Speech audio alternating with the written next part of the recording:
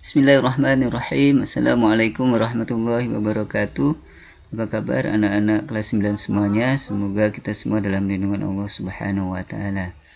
Alhamdulillah kita bertemu kembali dalam video pembelajaran materi kelas 9 semester 1 tentang manasik haji dan umroh.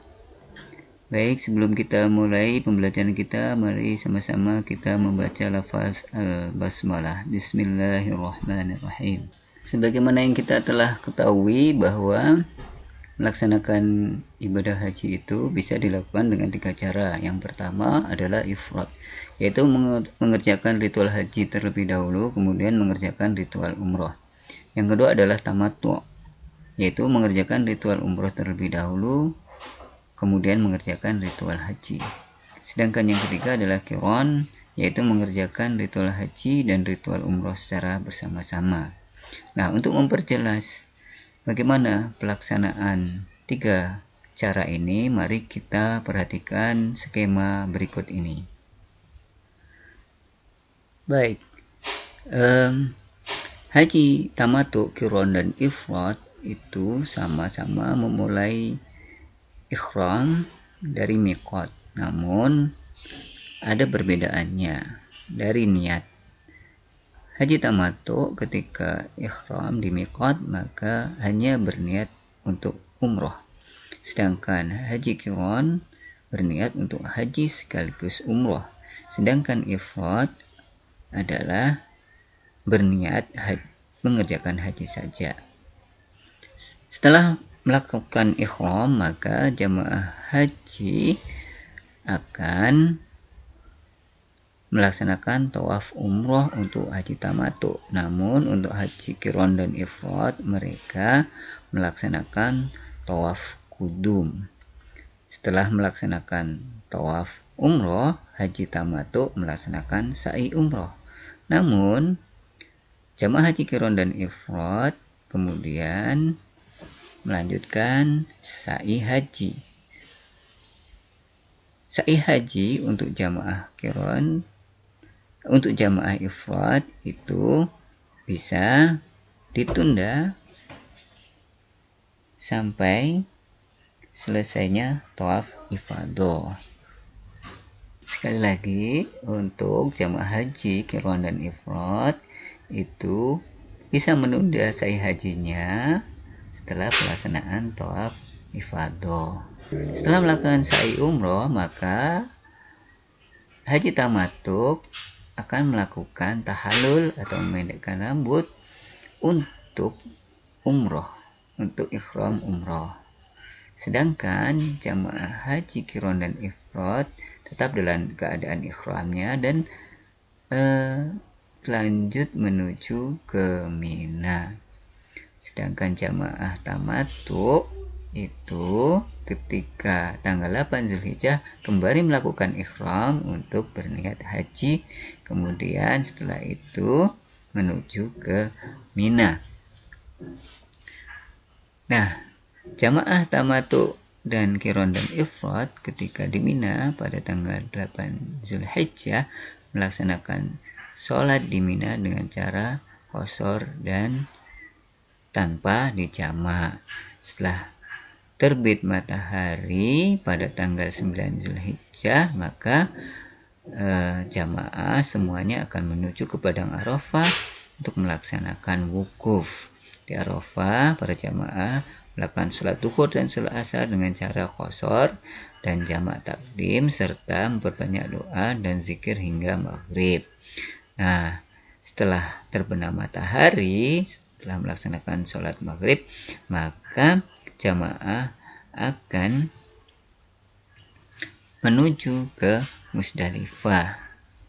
Maaf, jamaah haji belum melaksanakan sholat maghrib ya. Sholat maghribnya nanti akan dilaksanakan di Musdalifah. Ketika sampai di Musdalifah, jemaah segera melaksanakan sholat maghrib dan isya secara jamak dan qashar, lalu bermalam hingga waktu subuh. Nah, pada tanggal 10 Zulhijjah setelah sholat subuh sebelum terbit matahari, jamaah haji tamattu, qiron dan ifrad ini langsung menuju Mina untuk melaksanakan lempar jumroh Aqobah saja pada tanggal 10 Zulhijjah. Nah, selanjutnya untuk jamaah haji tamattu dan qiron harus menyembelih hewan denda karena mereka melaksanakan haji yang memang kena denda. Adapun jamaah haji ifrad tidak kena denda, langsung bisa melaksanakan tahallul. Tahallul yang pertama ya, ini tahallul yaitu menggundul kepala atau memendekkan rambut saja. Nah, setelah tahallul pertama ini maka jamaah haji boleh meninggalkan atau mengganti baju ikhramnya dengan baju biasa. Sudah boleh pakai wangi-wangian, sudah boleh pakai sepatu, sudah boleh pakai cadar misalnya ya. Namun untuk tahallul pertama ini jamaah haji yang sudah bersuami istri belum boleh melaksanakan hubungan suami istri. Nah, kemudian dari Mina tanggal 10 Zulhijjah ini jamaah haji langsung menuju kembali ke Masjidil Haram. Di Masjidil Haram jamaah haji melakukan tawaf ifadah, tawaf haji ya. Kemudian setelah melakukan tawaf haji maka boleh melaksanakan tahallul yang kedua. Kalau sudah tahallul kedua maka jemaah haji yang sudah bersuami istri boleh melaksanakan hubungan suami istri. Nah, kemudian jamaah haji tamattu akan melaksanakan sa'i. Setelah tawaf ibadah akan melaksanakan sa'i. Adapun jamaah haji qiron dan ifrad apabila sa'i hajinya belum dilaksanakan maka mereka juga melaksanakan sa'i haji.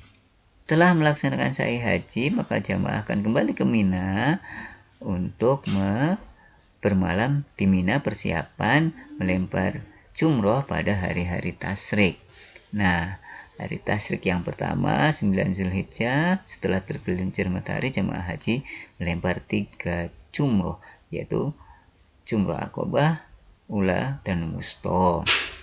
Kemudian pada tanggal 12 Zulhijjah pun demikian, jamaah haji melempar 3 jumroh Ula, Wusta, dan Aqobah. Nah, setelah itu jamaah haji diberi pilihan, boleh mengambil nafar awal dan harus segera keluar dari Mina sebelum maghrib tanggal 12 Zulhijjah menuju Masjidil Haram untuk melakukan tawaf wada atau tawaf perpisahan. Ketika sudah tawaf perpisahan ini maka jamaah haji tamattu berarti sudah selesai melaksanakan rangkaian ibadah haji dan umroh. Nah, apabila ini tamattu dan qiron juga kalau milih nafar awal. Kalau milih nafar sani maka jemaah haji harus menunda keluar dari Mina karena masih harus melempar jumroh Ula, Wusta, dan Aqobah pada tanggal 13 Zulhijjah. Nah, setelah selesai maka mereka menuju ke Masjidil Haram untuk melaksanakan tawaf wada. Begitulah alur dari ibadah haji dan umroh. Adapun jamaah haji ifrad setelah tawaf wada harus melaksanakan ritual umroh karena mereka belum melaksanakan ritual umroh. Alhamdulillah, demikian tadi penjelasan dari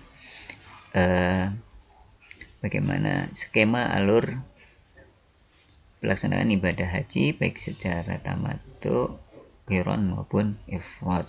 Mudah-mudahan kalian bisa memahami ya.